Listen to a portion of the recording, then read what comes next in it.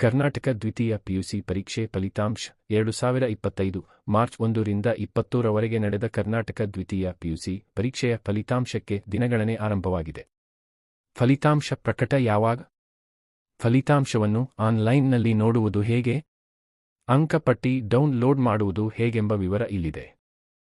ಕರ್ನಾಟಕ ದ್ವಿತೀಯ ಪಿಯುಸಿ ಪರೀಕ್ಷೆಯ ಮೌಲ್ಯಮಾಪನ ಪ್ರಕ್ರಿಯೆ ಈ ವಾರ ಮುಕ್ತಾಯಗೊಳ್ಳಲಿದ್ದು, ಬಹುತೇಕ ಮುಂದಿನ ವಾರ ಫಲಿತಾಂಶ ಪ್ರಕಟವಾಗುವ ನಿರೀಕ್ಷೆಯಿದೆ. ಏಪ್ರಿಲ್ 11ರ ಒಳಗಾಗಿ ಫಲಿತಾಂಶ ಪ್ರಕಟವಾಗಲಿದೆ ಎಂದು ಕರ್ನಾಟಕ ಶಾಲಾ ಪರೀಕ್ಷೆ ಮತ್ತು ಮೌಲ್ಯನಿರ್ಣಯ ಮಂಡಳಿ ಮೂಲಗಳು ತಿಳಿಸಿವೆ. ರಾಜ್ಯದಲ್ಲಿ ದ್ವಿತೀಯ ಪಿಯುಸಿ ಪರೀಕ್ಷೆಯು ಮಾರ್ಚ್ 1ರಿಂದ 20ರವರೆಗೆ ನಡೆದಿತ್ತು. ಸದ್ಯ ಮೌಲ್ಯಮಾಪನ ಪ್ರಕ್ರಿಯೆ ಚಾಲ್ತಿಯಲ್ಲಿದೆ. ಕಳೆದ ವರ್ಷ ಸೆಕೆಂಡ್ ಪಿಯು ಫಲಿತಾಂಶವನ್ನು ಏಪ್ರಿಲ್ 10ರಂದು ಬಿಡುಗಡೆ ಮಾಡಲಾಗಿತ್ತು. ಈ ವರ್ಷವೂ ಸರಿಸುಮಾರು ಅದೇ ಹೊತ್ತಿಗೆ ಫಲಿತಾಂಶ ಪ್ರಕಟವಾಗುವ ನಿರೀಕ್ಷೆಯಿದೆ.